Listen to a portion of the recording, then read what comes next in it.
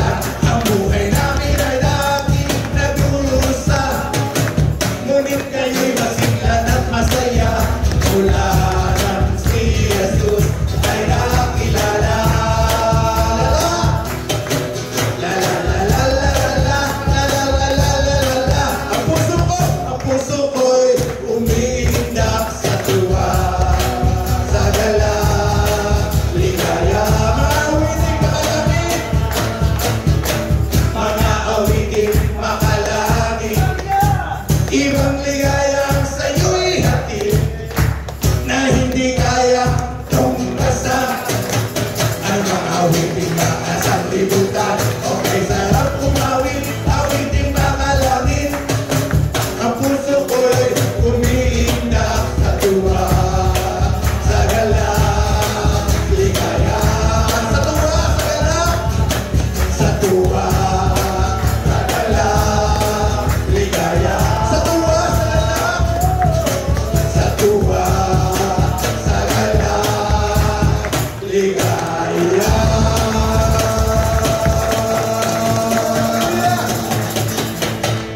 Bless na bless, bless na bless, bless na bless dahil sa'yo.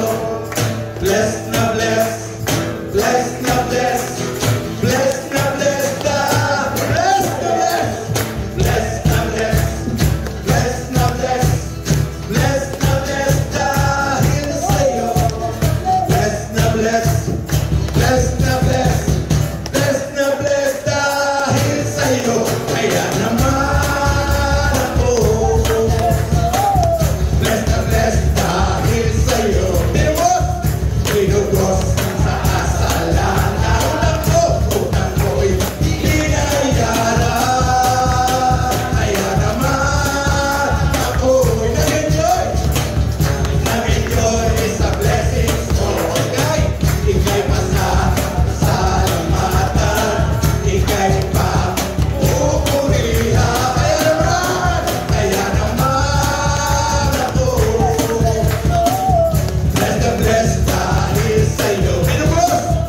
Pinugos sa kasalanan, utang ko'y binayaran. Kaya naman ako nag-enjoy sa blessings mo. Ika'y pasasalamatan, ika'y papupurihan pagpakailanman. Bless na bless, bless na bless, bless na bless, bless na bless dahil sa'yo.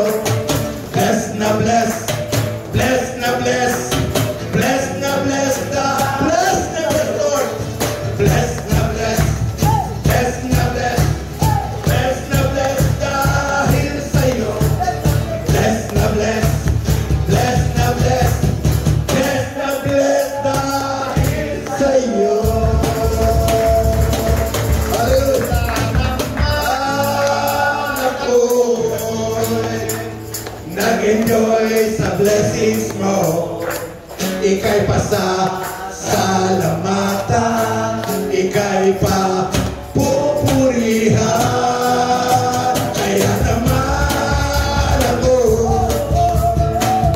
bless na bless dahil tinubos sa kasalanan, tinubos sa kasalanan, utang ko'y binayaran. Kaya naman ako,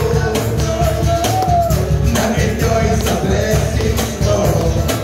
Ika'y pasasalamatan, ika'y papupurihan magpakailanman. Hallelujah! Sino sa inyo rito ang binayaran ng mga utang? Kaya naman ako nag-enjoy sa blessings mo. Ika'y pasasalamatan, ika'y papupurihan. Kaya naman ako,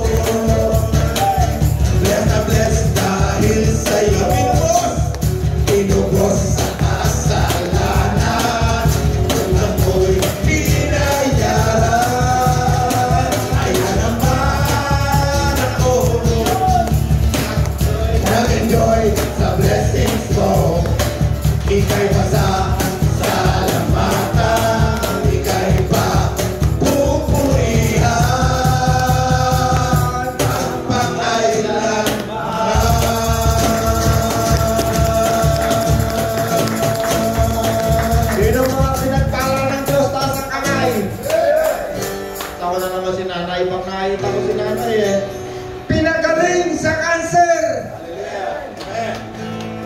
ako nakakita ng tinanggal ang breast.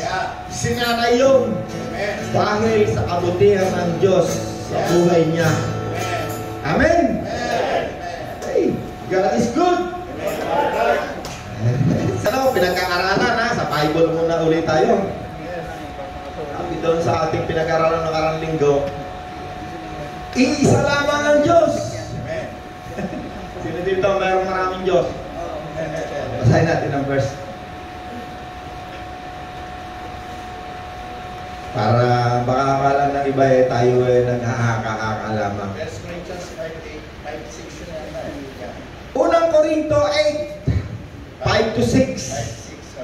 Para sa atin, to ha, yung binabanggit ni Apostol Pablo ha, sino yung atin?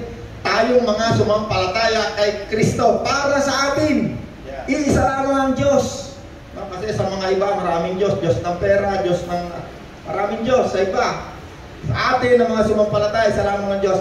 Ang Ama na lumikha ng lahat ng bagay at tayo'y nabubuhay para sa Ama, sa Kanya.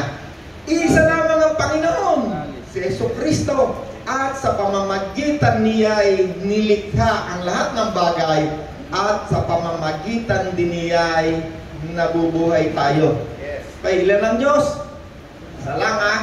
Kaya sabi sa John, nang pasimula ay naroon na ang salita at ang salita ay kasama ng Diyos. Kaya doon sa aklat na Revelation, sinabi ng Panginoon, ako ang Alpha, ako Omega, ako simula. Sabi ng Panginoon, ako yung simula. Sabi ng Panginoon, ako yung Alpha, ako rin yung Umaga. Ang Alpha, Omega. Hindi pala Umaga, Omega. Alpha, Omega, simula at wakas. Okay. Sabi naman doon sa Genesis, nung pasimula ay, tingnan natin, Genesis chapter 1, na umpisa ng Bible. Genesis chapter 1, verse 1. Yan, umpisa. Sabi kasi ng Panginoon, siya raw yung umpisa. Alpha, Revelation, Genesis to Revelation. Nang pasimula ay nilikha ng Diyos ang langit, ang lupa, at ang Espiritu ng Diyos ay naroroon na. Okay. Kayo lang ha. Pasimula ha. Wala pa tayong lahat. Espiritu ha. Kung nga lang nilagay ko yung Espiritu doon sa puti. Ayan, puti. Kasi ang Espiritu hindi nakikita. Espiritu ng demonyo hindi nakikita. Espiritu ng Diyos hindi rin nakikita. Kaya sabi ng Panginoon, ang banal na Espiritu hindi matatanggap ng mga hentil na hindi sumasampalataya kasi hindi siya nakikita. Okay, sa pasimula ulit, naroon na ang Diyos. Siya ay kumikilos sa ibabaw ng tubig. Okay, ayan uli yung inahalin tulad ko ang Espiritu ng Diyos kasi hindi natin mahalin tulad kahit saan, hindi nga nakikita. Ang Diyos Ama, ang Panginoong Jesus sa pasimulay magkasama. Genesis sinasabi rin sa John, sinasabi rin sa Korinto na sila ay laging magkasama. Doon sa Genesis, hindi pa nakakatawang tao si Jesus, siya ay Espiritu. Ay, halin tulad ko lang itong panyong puti. Yan, munti ko na makalimutan Ayan sila, magkasama sa Genesis Hinalintulad ko sa isang malinis na panyo na puting-puti ang Diyos na Espiritu. Hindi ba siya nagkakatawan? Sabi ng Diyos sa Genesis, likhain natin. Ano unang nilikha ng Diyos doon sa Genesis chapter 1? Magkaroon ng liwanag. Tama, Pastor na? Yun ang unang nilikha ng Diyos sa Genesis. May nagsalita. Paano nilikha? Magkaroon ng liwanag. Okay? Sabi daw sa Genesis, magkaroon ng liwanag. Nagsasalita lang. Hindi siya kailangan ng factory para gumawa. Nagsasalita lamang. No? At ang salita, sabi daw sa John, ay nagkatawang tao. Okay, sabihin natin yung nagsasalita, no? Ito yung Diyos, iisa lamang ang Diyos, ang Ama na lumikha sa lahat ng bagay. Iisa lamang ang Panginoon, sa pamamagitan niya ay nilikha ang lahat ng bagay. Siya yung salita. Kaya sabi sa John chapter 1, at nagkatawang tao ang salita. At siya ay nanirahan sa piling natin. Okay, ibalik natin doon sa Lagi akong merong foundation yan lagi yung foundation natin. O, tatlo ulit. Tatlo. Dali, tatlo ulit. Para mabilisan ka. Ikaw yung espiritu. Pengi pa ako tatlo. Pengi pa ako ng tatlo pa. Pengi ako ka ng dalawa. Dahil isa lang. Ikaw isa. Ayan. Hop, dito ka muna. Tama na ha. Isa pa dito. Fred, dali ka. Ayan, si Fred yung espiritong naghahari sa daigdig na ito. Okay. Itong tatlo na to, isang tao lang yan ha. Katawan, kaluluwa, espiritu. Pinapakita lang natin para mas malinaw. Katawan, kaluluwa, espiritu. Ito lang nakikita. Yung kaluluwa, espiritu, hindi natin nakikita.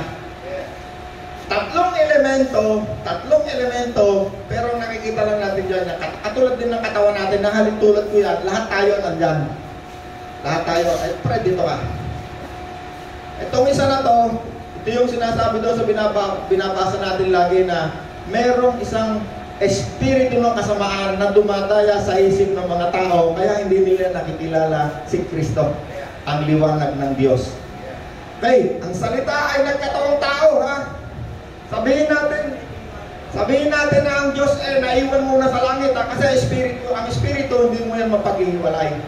Nalintulad ko lang yan sa puting towel, yung espiritu. Sa ngayon, nasaan si Kristo? Nasaan si Kristo? Nasa langit, yung katawan. Sino narito ngayon sa atin? Kasama natin? Espiritu, banal o mabuti, o espiritu ni Kristo. Kasi si Kristo nasa puso. Pastor, tinanggap mo si Kristo? Nasaan si Kristo? Puso mo. Okay. Espiritu, banal, espiritu ni Kristo. Ang espiritu ba ni Kristo ay masama? Mabuti. Sa English, holy. Alright. Espiritu, mabuti. Holy na espiritu. At nagkatawang tao ang salita. Ayan. Nagkatawang tao, ha? Yan yung lumilika. Yan yung nagsasalita, ha? Nilagyan ko lang siya ng katawan. Ayan, nagkatawang tao ang salita. Ayan na. Ito naman, sabihin natin kunwari, ito'y naiwan sa langit, ano? Yung lumika. Ang Ama, isa lamang ang Diyos. Siyang lumika sa lahat ng bagay. Nilikha ang lahat ng bagay sa pamamagitan ng salita. Isa lamang ang Diyos, ang Ama, isa lamang ang Panginoon. Sa pamamagitan niya, nilikha ang lahat ng bagay. Kunwari, ang Diyos naiwan sa langit. Kunwari lang, ha? Or sabihin natin kunwari sumama kasama ni Kristo. Hindi ibig sabihin na wala na siya sa langit kasi ang isang katangian ng Diyos. Pag sinabi mong Diyos, ang katangian niya, number 1, lumilikha. Number 2, omnipresent. Kahit saan siya ay present. Nandun siya kahit saan. Yun ang katangian ng Diyos. Pag sinabi mong Diyos, ang Diyos ay lumilikha. Okay, lagay muna natin dito kunwari yung Ama nasa langit. Ayan, naiwan. Yung salita, yung Panginoon, nagkatawang tao. Ayan na ngayon siya. O, dilagay ko lang yung salita, espiritu, nagkatawang tao. Pinanganak ni Mary. Ngayon, kunyari, yung kasama ni Pastor, si Mary. O, pinanganak. Tama, Pastor, no? Ang pangalan niya, Jesus. Pinanganak siya, ang pangalan niya ngayon, yung nagkatawang tao, Jesus. No? Pero marami sa Bible, sinasabi ron, ang Diyos ay nagkatawang tao. Sabihin natin, yung salita, sila nagkatawang tao. Sabihin natin na iwan. Okay? Nung ang salita ay nagkatawang tao, ang pangalan ng Jesus, nagpunta siya doon sa bayan ng mga Hudyo, hindi siya tinanggap. Siya ay pinatay. Yeah. Tama? Yeah. Okay. Nung pinatay ang Panginoon, siya ay nagpunta saan? Sa langit, sa kanan ng Diyos. Yes. Halika, pinatay ka na. Ikaw sa Panginoon, halika, ikaw ang Panginoon. Umakit ka na sa langit. Ayan, dito ka. Ito yung Diyos. Ayan, umupo ka ngayon sa kanan ng Diyos. Ayan, dito ka sa kanan ng Diyos. Ay, tama. Ayan. Ito yung katawan. Pero yung espiritu ni Kristo, espiritu ng Diyos, sabi ng Panginoon bago siya umakyat sa langit, 40 days. Isusugo ko sa inyo ang espiritong banal mula sa aking Ama. Kung minsan naman sinasabi ng Panginoon, isusugo ko ang espiritong banal. Ay sinugo niya ngayon dito sa lupa. No? Wala na ang Panginoon, umakyat na sa langit, isinugo na, di ba? Nagkaroon ng Pentecostes, bilang apoy, etc. Ay, di ba? Natandaan niyo yun? Okay? Itong Panginoong Jesus na to, at balikan nga muna ulit sa langit. Bago yan umakyat sa langit, nag-umpisa siya ng ministeryo bago siya patayin. Ayan lang ang Espiritu ni Kristo, ha? Ayan.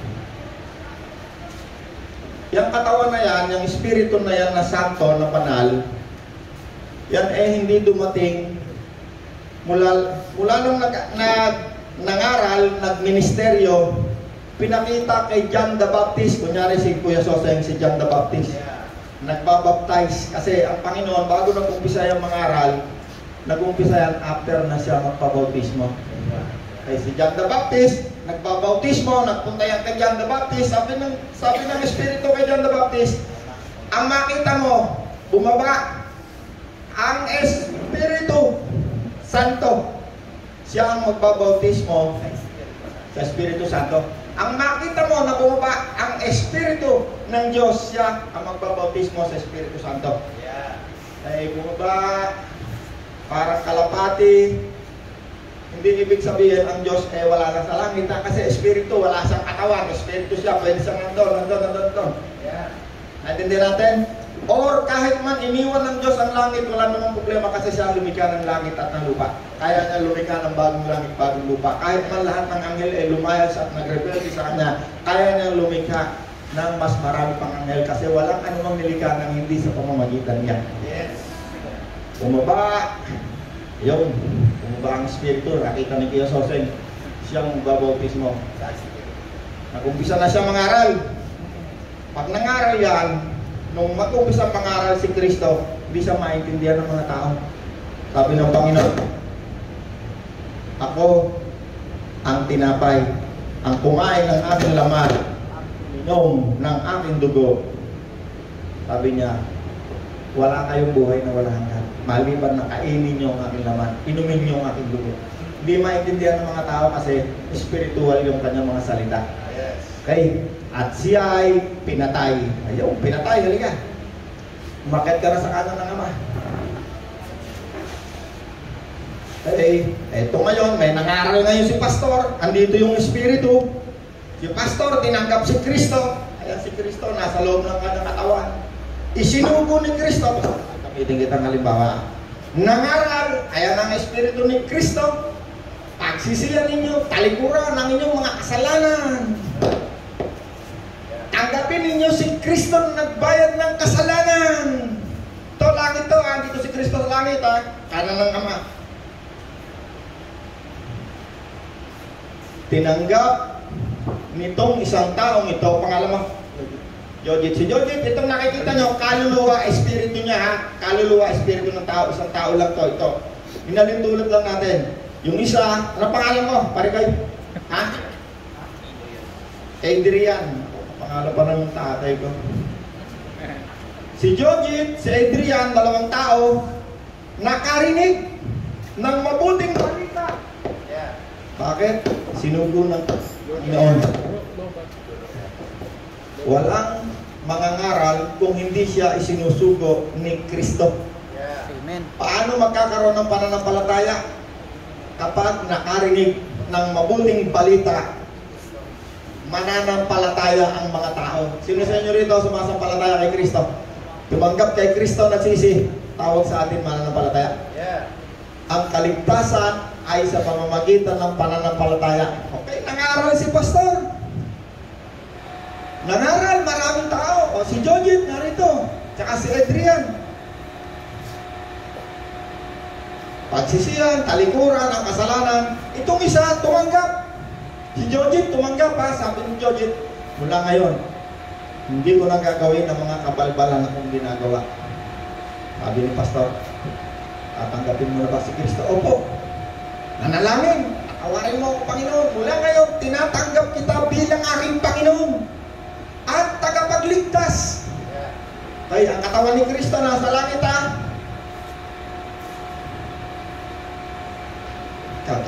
Dali mo yung siya mo.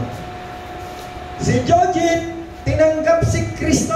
Ang tinanggap ni Jojit, Espiritu ni Kristo. Lalagyan ko lang siya ng Ito yan, wala yung katawan na. Dito ka. Espiritu. Tinanggap ni Jojit si Kristo. Yung tinanggap ni Jojit ni Kristo, hindi katawan. Kasi isang araw, babalik yan sa lupa. At muling bubuhayin yung mga patay na mananampalataya. Kaya tinanggap ni Jojit ang Espiritu ni Kristo. Ang tinanggap niya ay Espiritu ni Kristo na banal. Ayan yung Espiritu banal. Kasama ng kanyang Espiritu. Kaya ang sabi doon sa Bible, binabasa natin, ang lahat na nakipag-isa kay Kristo. Yun ang tinutukoy doon, yung Espiritu natin at Espiritu ni Kristo naging isa. Okay, may naunawaan tayo? Nangaral, sige, buka na, basta. Naintindihan natin ha, ayan tayo ngayon ha. Itong isa, hindi niya naintindihan yung pinangaral. Bakit? Sapagkat mayroong maraming espiritu ng kasamaan na naririto sa mundong ito. Lahat yan may verse, hindi yung kwentong kutsero ha. Inaano ko lang yan sa isip nyo para mas malinaw ngayon. Kasi yan, bago nabuo sa isip yan, maraming taon sa akin. Paulit-ulit ako basa ng Bible, hindi ko maintindihan.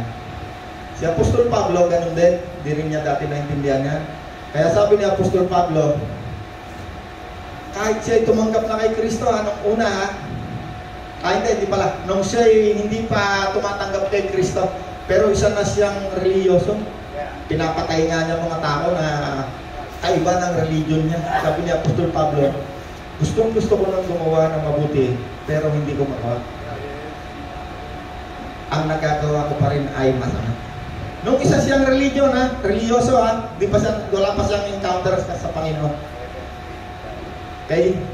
Sapagkat, diba nung huli natin pinag-aralan, kung matatandaan nyo, mayroong isang kapangyarihan o puwersa na lumalaban sa katawang ito para siya pigilan sa paggawa ng kasamaan. Ang dami nating verse, di ko na bubukatin lahat eh. Yung espiritu na lumalaban, yun yung espiritu ni Kristo na kasama ng kanyang espiritu. Yan ngayon, yung lumalaban sa katawang yan, para yan ay pigilan sa paggawa ng kasamaan. Amen? Ito namang isa, akala lang natin tumanggap kay Kristo, pero hindi pala. Kasi hindi niya naunawaan. Bakit hindi niya naunawaan? Sapagkat ang kanyang ginagawang kasamaan, ayaw niyang tigilan, hindi siya tunay nagsisi. Bakit? Sapagkat ang kanyang pag-iisip ay dinadaya ng Diyos ng kasamaan, ang Espiritong naghahari sa daigdig na ito, na siyang dumadaya sa isip ng mga tao upang hindi nila makilala ang liwanag na si Kristo. Okay, doon na tayo, ano? Ayan, arangkada na ulit tayo. Yeah, arangkada na. Nilagay ko lang ulit yung pundasyon natin, no? Ayan na. Okay. Unang Juan 5 verse 19. Ano pala? Sa 18. Urong tayo, urong. Unang Juan 5:18, Kuya Sosen. Pastor Sosen, please. Pakibasa. Alalaman natin na ang sinumang pinanganak ng Diyos ay hindi nagkakasala, dapat pinanganak ng Diyos ay nag-iingat sa kanyang sarili at hindi siya ginagalaw ng masama. Okay, hold. Okay, hold lang muna. Itin lang muna. Ang anak ng Diyos, hindi maaaring galawin ng diablo o ng masama o ng evil. Okay? Sino ang anak ng Diyos? Naturalmente, yung tumanggap kay Kristo. Pag tinanggap mo si Kristo, ang tawag sa iyo, ikaw ay anak ng Diyos. Sapagkat tinanggap mo ang Espiritu mabuti na siyang dahilan kung bakit ikaw ngayon ay nakakatawag sa Diyos, Ama kong Diyos. May naintindihan tayo? Itong isa tumanggap kay Kristo, itong isa hindi patuloy sa kasamaan Pag yan dalawang yan ay namatay, itong isa na to na may Kristo, automatic yan. Yung Espiritu ni Kristo, sabi ni Kristo, ako ang daan, ako ang buhay. Pag namatay yan, automatic, pagpikit ng katawan niyan, magkasabay ito ibuburol, yung kanyang kaluluwa at espiritu, 10 lang, halika yung 3. Kaluluwa, espiritu, kasama ng espiritu ni Kristo, pupunta yan sa langit. Kasama ng Diyos. Halika yung 3 dito. Itong katawan, ililibing. Bulok. Bubulok to. Okay, balik na ulit. Example mo lang. Kristo, okay? Alam na natin paano tayo pupunta sa Diyos, ha? Kaya sabi ng Panginoon, hindi ka maliligaw papunta doon sa langit. Bakit? Kasama mo yung kanyang espiritu. Pag namatay si sister, ay lilibing namin ang katawan mo, bubulo ka. Sa iyo si Kristo, kaluluwa at espiritu mo, punta ko na sa ng Diyos. Kaya yung 2 namatay na sinabi ng Panginoon, si Lazaro, tsaka yung mayaman, nakita niya si Abraham. Ang nagturo na ng Panginoon, ha, sa langit, ha, nasaan yung patay? Yung patay na nagpasasa, hindi naniwala sa Biblia. Sabi niya, meron pa ako doong 5 kapatid, pabalikin niyo ako, maawa ka na. Naghihirap ako sa apoy, mainit dito. Ilublob mo yung daliri, ako'y palamigin. Bakit? Nasa daigdig ng patay, nakikita niya yung langit kung saan naroon yung si Abraham, na kung saan ang kaligtasan ng mga Hudyoy sa kautusan. Bakit si Abraham? Kasi nung panahon na yon, ang Panginoon mismo nagkukwento. Ngayon, pag namatay ka, makikita mo langit si Kristo no makikita.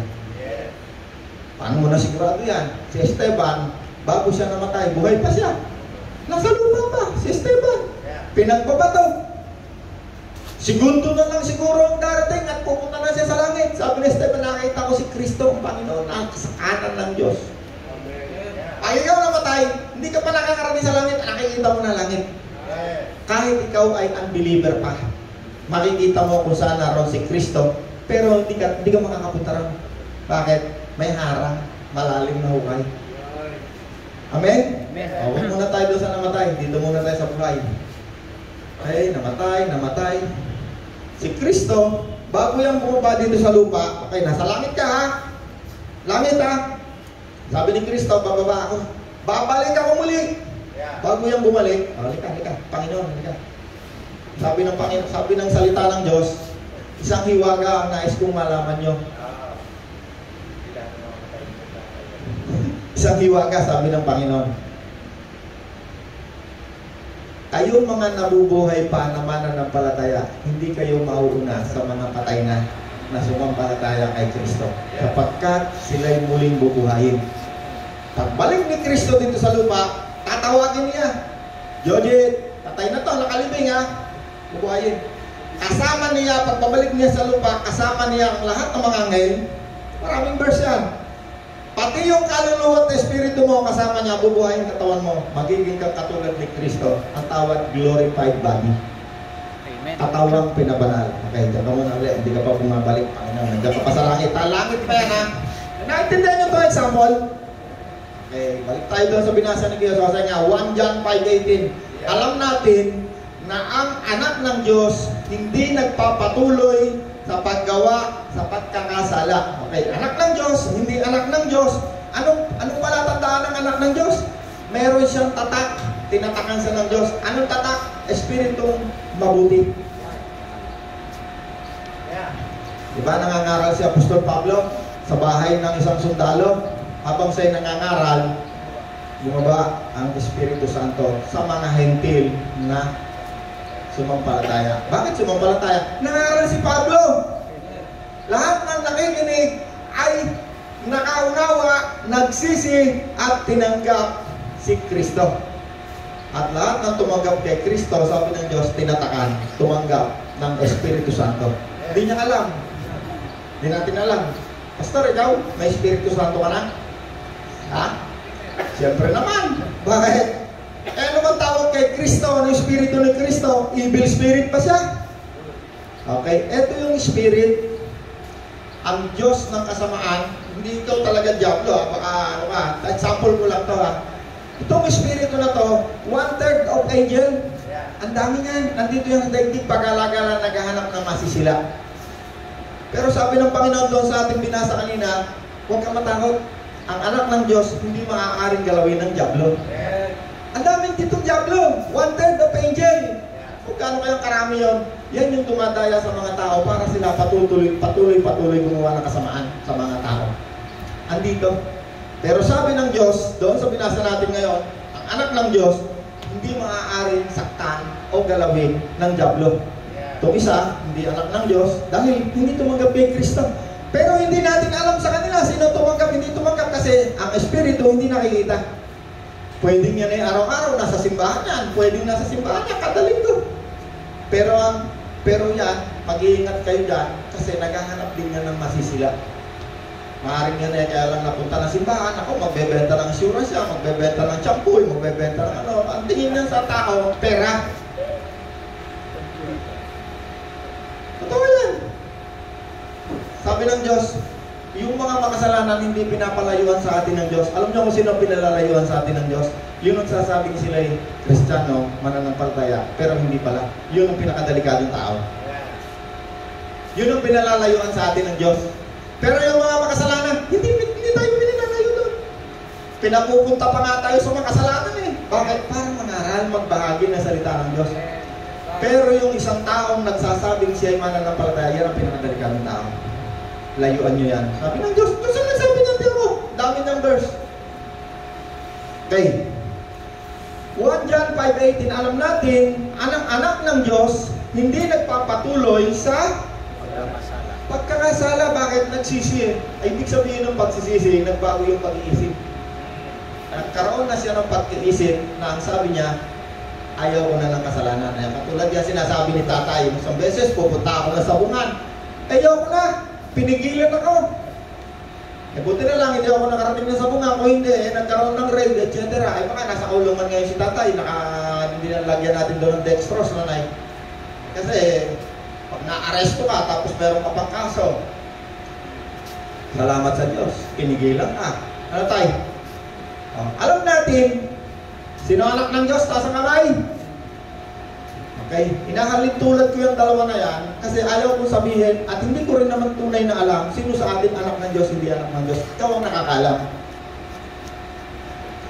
Sabi dito, alam natin, ang anak ng Diyos hindi nagpapatuloy, ang anak ng Diyos hindi nagpapatuloy sa paggawa ng kasamaan o pagkakasala sapagkat iniingatan sila ng anak ng Diyos. Bakit siya hindi nagpapatuloy? Merong nag-iingat, may lumalaban sa katawang ito upang siya hindi mapatuloy. Sinong nag-iingat? Anak ng Diyos. Sinong nag-iingat sila para ikaw hindi mo patuloy sa paggawa ng kasamaan? Anak ng Diyos. Sinong may gawa? Kaya ikaw ngayon ay hindi na ngayon gumagawa ng napakaraming kasamaan na dati kong, ako na, examplein ko na, Roland, ako na yan. Kaya ako ngayon ay hindi na gumagawa ng napakaraming kabuktutan na ginagawa ko, na lahat ng ginagawa ni tatay, ginagawa niyo, ginagawa ko. Ngayon hindi na. Bakit? Sapagkat mayroong nag-ingat sa akin para ako hindi na gumawa ng napakaraming kasamaan. Sino yun? Si Kristo, Espiritu ni Kristo na tinanggap ko. Itong isa, akala lang natin tumanggap kay Kristo, pero yan, pag wala nakakakita, para yung upang inaakay sa katayan ng kasamaan. Patuloy sa paggawa ng kasamaan. Kaya hindi ko natatanungin sa inyo sino ang patuloy sa paggawa ng kasamaan, sino ang tumigil. Kasi may proseso, hindi naman kung ikaw ay may ginagawa pang kasamaan, hindi naman ibig sabihin hindi ka na anak ng Diyos. Maaaring nandoon ka pa sa proseso katulad ko. Dumaan din ako sa proseso ng mahabang panahon. Hanggang sa dumating yung panahon na malakas na ang aking kaluluwa ay malakas na. Kaya ko nang pigilan ang aking katawang laman. Bakit lumakas ang aking kaluluwa? Sapagkat ako'y kumakain ng salita ng Diyos umaga, gabi, tanghali. Ang salita ng Diyos, pagkain ng ating kaluluwa. Ang salita ng Diyos, pag binasa mo, kasama mo ang Espiritong mabuti, banal ni Kristo, holy. Siya ay nagtuturo, siya ay nagpapakain sa kaluluwa. Lumalakas ang kaluluwa mo. Ngayon, yung katawan na yan, yung dating kasamaan na ginagawa mo, nagre-react pa rin yan kasi buhay ka pa.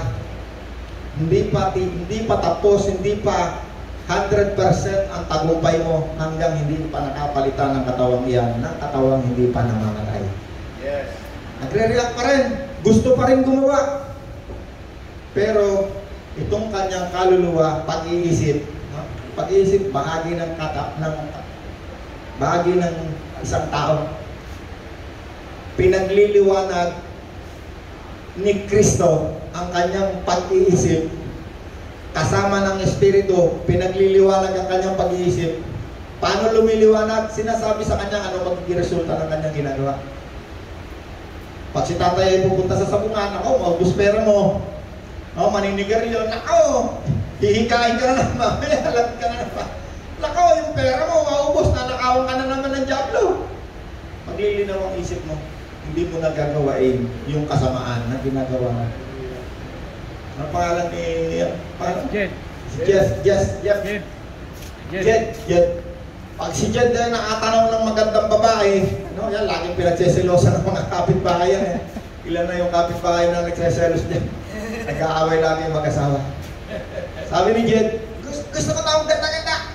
Pero yung kaluluwa ni Jed, sasabihin ng Diyos, pag ginawa mo yan, number 1, mawawasak din ang pamilya mo, mawawasak din ang pamilya niya.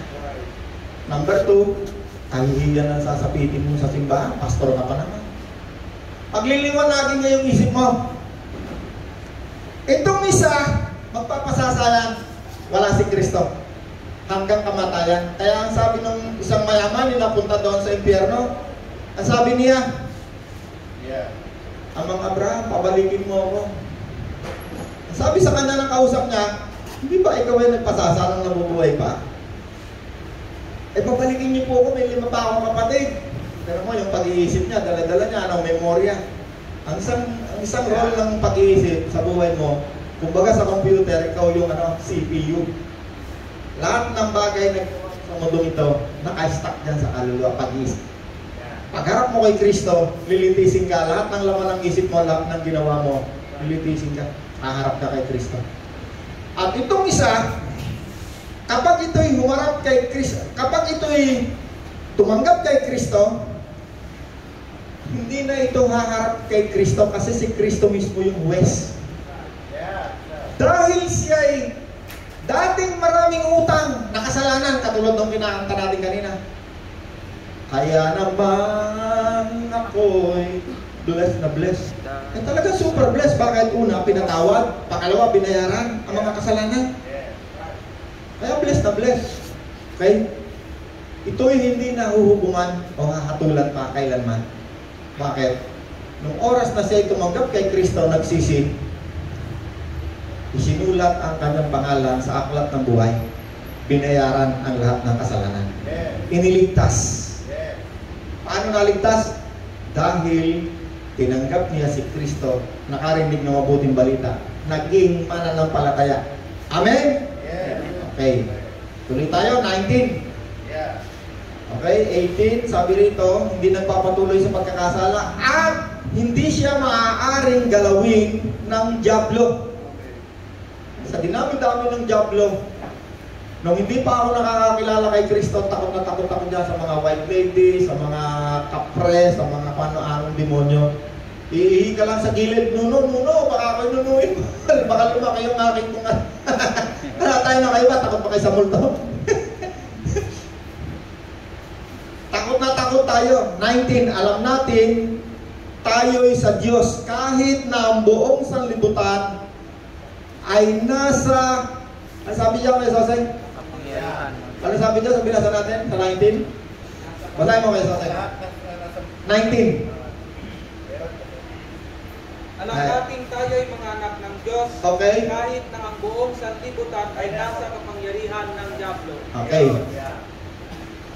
Kahit na ang buong sanlibutan na kaninong kapangyarihan? Ng diablo. Ang espiritong dumadaya sa isip ng mga tao upang hindi nila makilala si Kristo. Amen. Nagpapasasa sila. Bakit? Ang diablo nasa ang daigdig ng mga tao na wala si Kristo, nasa kapangyarihan ng diablo. Kaya ano pangalan, Pastor? Ang pangalan niyo po? Kapo. Ana. Si Ate Ana, pag hindi niya tinanggap si Kristo, nasa kapangyarihan niya ng diablo. Kahit araw-araw nasa simbahan niya. Pag walang nakakakita niya at gagawa niya ng kademonyohan, kaya ang tawag sa diablo. Ang pinaggagawa ng siyang taong nasa ilalim ng kapangyarihan ng diablo, puro kademonyohan. Kasamaan. Kaya ang tawag sa espiritu na yan, evil spirit. At wala mga espiritu na nandyan. Nilagyan niya ng Panginoon ng identity yung espiritu na nandyan dyan sa atin. Anong tawag? Holy. Holy Spirit. Ang espiritong banal. Ang espiritong mabuti. Okay. 20. Nalalaman natin na parito na ang anak ng Diyos at binigyan niya tayo ng pangunawa, understanding upang makilala natin ang tunay na Diyos at tayo'y nasa tunay na Diyos.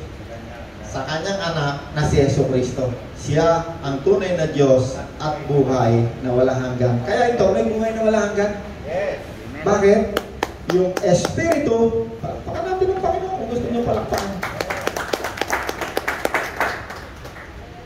Okay? Anong ibinigay sa kanya ng Espiritong mabuti? Understanding, pangunawa. Bakit? Ang salita ng Diyos, hindi ito mauunawaan ng isang taong wala si Kristo. Hindi niya yan maintindihan. Bakit? Paano mo maunawaan yon? Pinanganak ng birhen.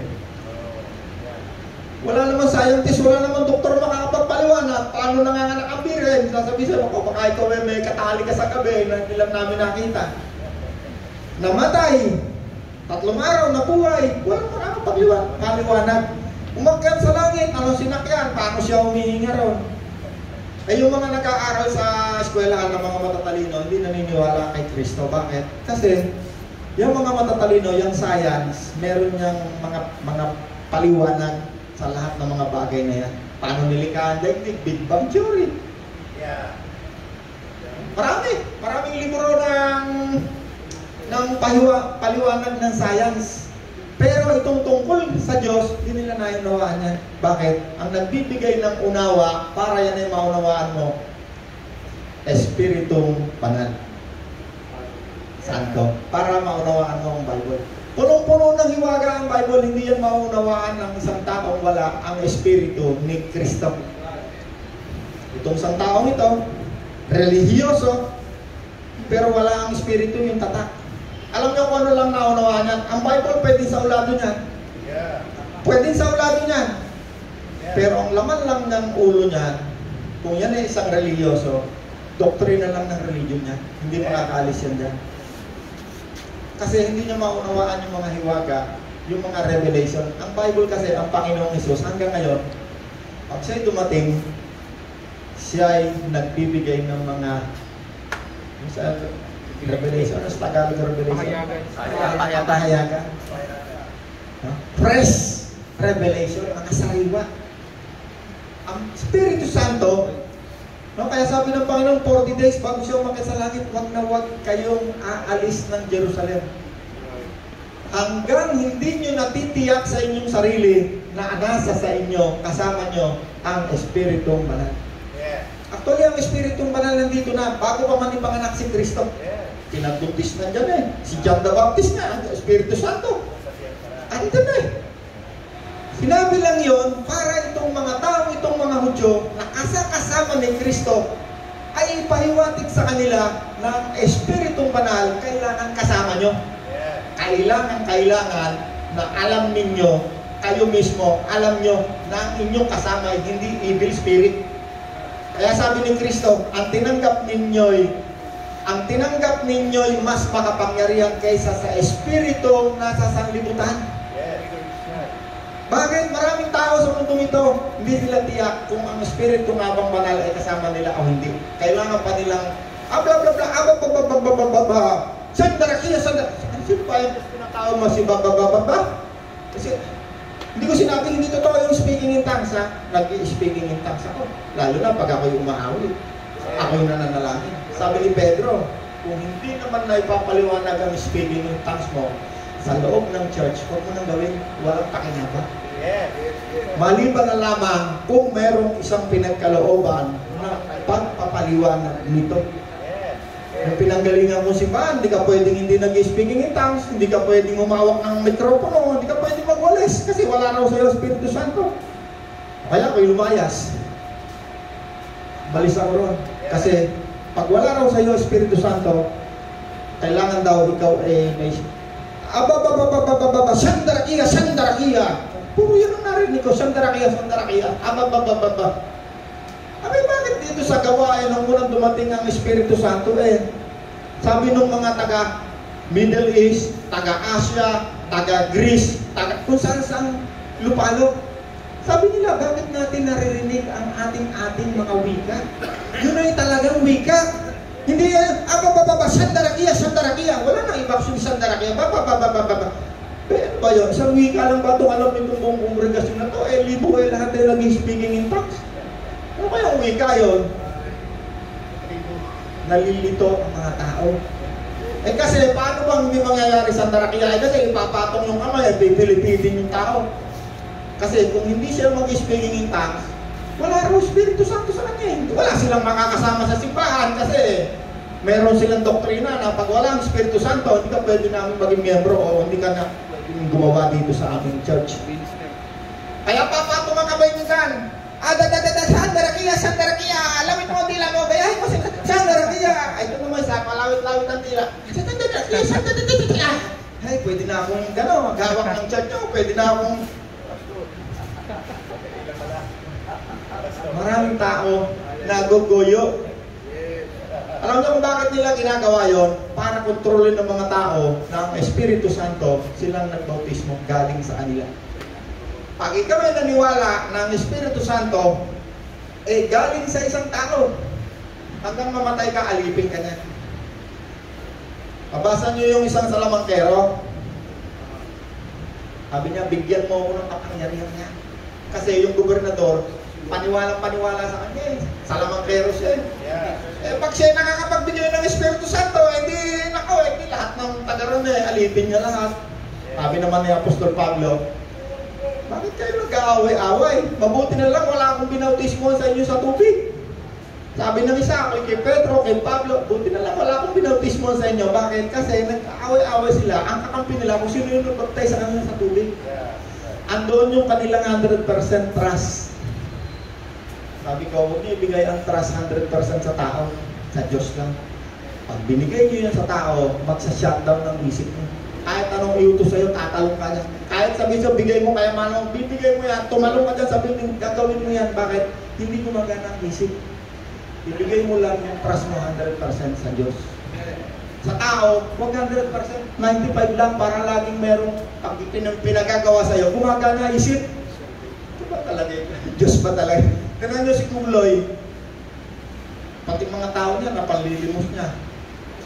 Yung iba, hindi natin alam, totoo yun, pero maaaring totoo kasi hindi naman pwedeng maraming babae, pupunta sa maramihan tao. Ako po, ito po ginagawa sa akin, may detalye. Tinatanong, paulit-ulit. Maaaring totoo. Kasi ang kasinungalingan, pag yan ay tinanong mo ng paulit-ulit, buhul-buhul yan. Maaaring totoo. Pero hindi ko ginajudge yun. Iwanan na natin yun sa kanila. 20. Nalalaman natin na parito ang anak ng Diyos at binigyan niya tayo ng pangunawa, understanding upang makilala natin ang tunay na Diyos at tayo na sa tunay na Diyos sa kanyang anak na si Jesus. Siya ang tunay na Diyos at buhay na walang hanggan. 1 John 3:5. Nalalaman ninyong na parito si Kristo upang pawiin ang ating mga kasalanan at siya ay walang kasalanan. 6. Ang nananatili sa kanya ay hindi nagpapatuloy sa paggawa ng kasalanan. Okay. Si Kristo,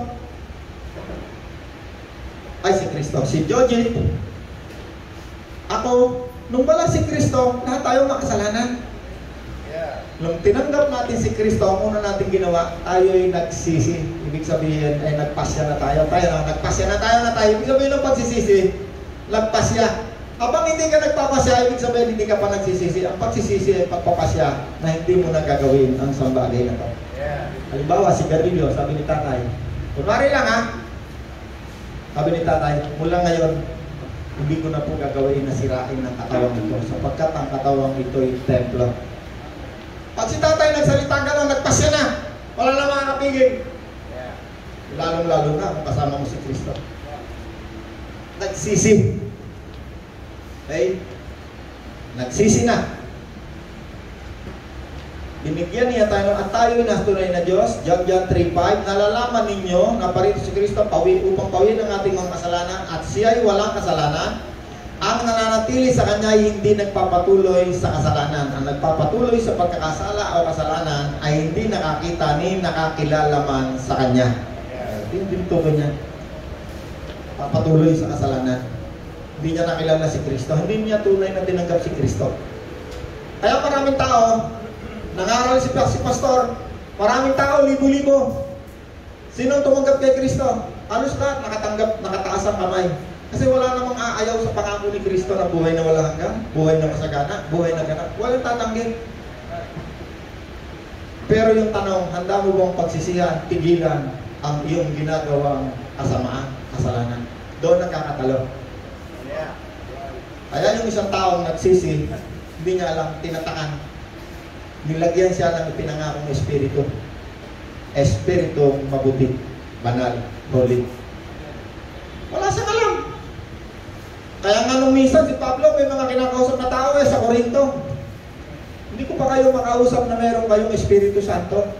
Kasi nakikita pa sa inyo ang mga gawang makaalma. Kayo nag-aaway-away, kayo nagkakapit-kapitan. Bakit? Itong mga taong ito, hindi na ituro sa kanila na ang Espiritu Santo ay kasama niya. Kasi yung mga Hudyo, doon sa unang sagawa, yung mga Hudyo, kasi nandun sila sa Jerusalem, ang sabi sa kanila, huwag kayong maalis hanggang hindi nyo nagtitiyak na ang Espiritu Santo ay kasama niya. Kaya pinakita sa kanila yung Espiritu Santo di lang apoy.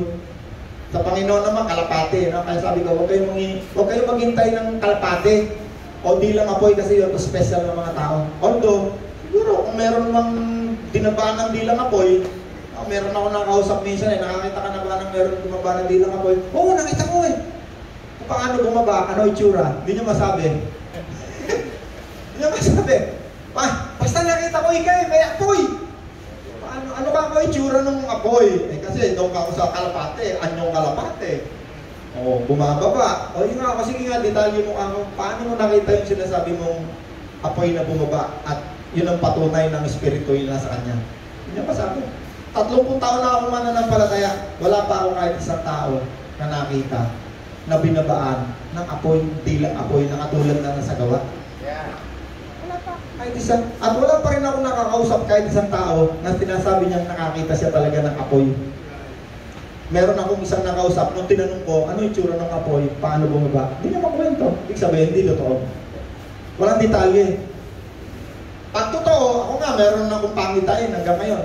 Hanggang mamatay ako, kukwento ko sa iyo, yung pa rin. Mahabang pangitain. Kaya bisa nagkukwento ang kami ni Kuya Soseng, mahaba. Pag totoo, kahit ilang taon na yan, hindi mo makakalimutan, may detalye yan. Pag hindi totoo yan, pangalawang kwento mo dyan, bulbul na yan.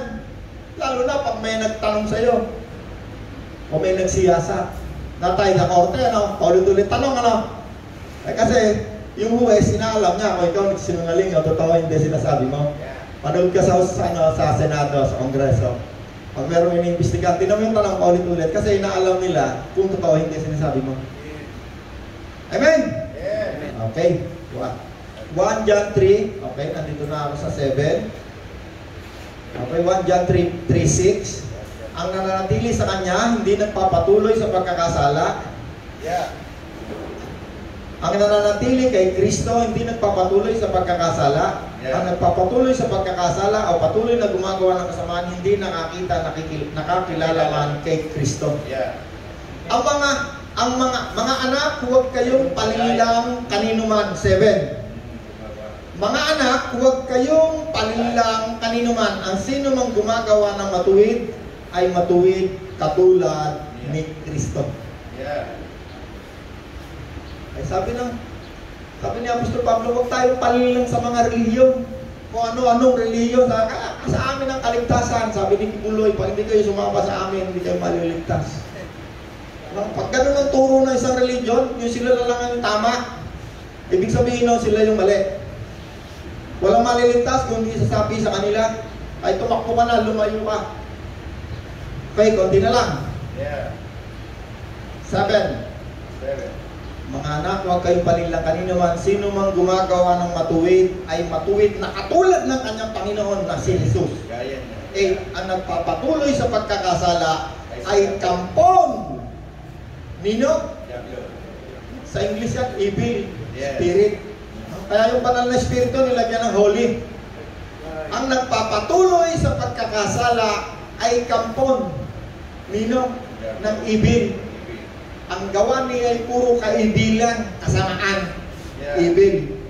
Nagpapatuloy. Ibig sabihin, wala ang espiritu ni Kristo. Nagiging mabuti lang yan pag nasa loob ng simbahan yan. No, pag may nakakakita, mabait yan.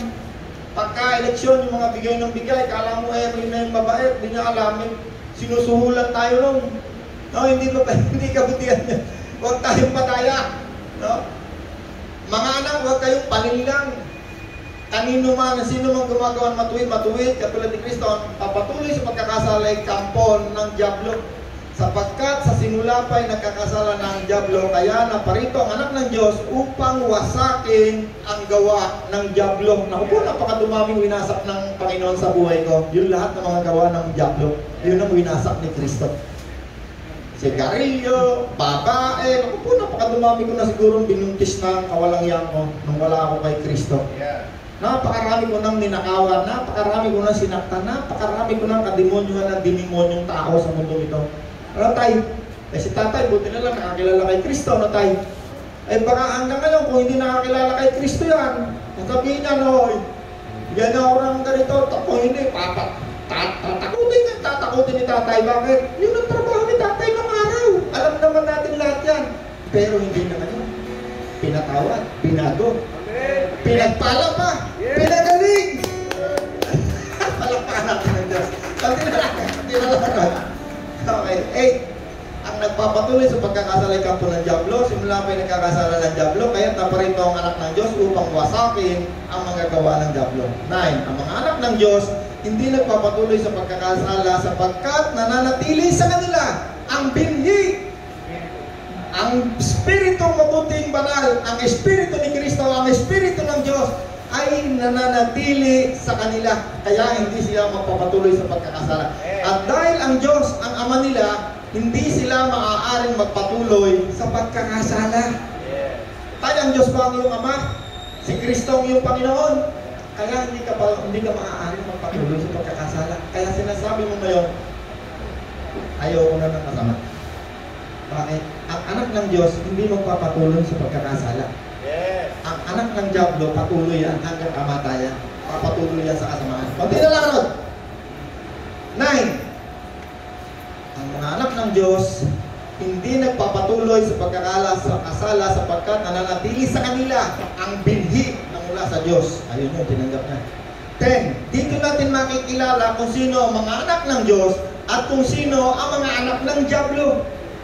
Ay, Bible ang nagsasabi dito, hindi ako Bible to, kung masakit man to, hindi ito galing sa akin Ito, nakita nyo, binabasa natin ang Bible Dito natin makikilala kung sino ang mga anak ng Diyos, kung sino ang mga anak ng diablo. Ang sino mang hindi gumagawa ng ayon sa kalooban ng Diyos at hindi umiibig sa kanyang kapatid ay hindi anak ng Diyos. Amen. May natutunan tayo ngayong umaga? Yes. Ikaw ang hari at tagapagligtas, banal mong pangalan, aming itataas, Panginoong Jesus. Aming Diyos, iaalay sa'yo aking lakas. Ikaw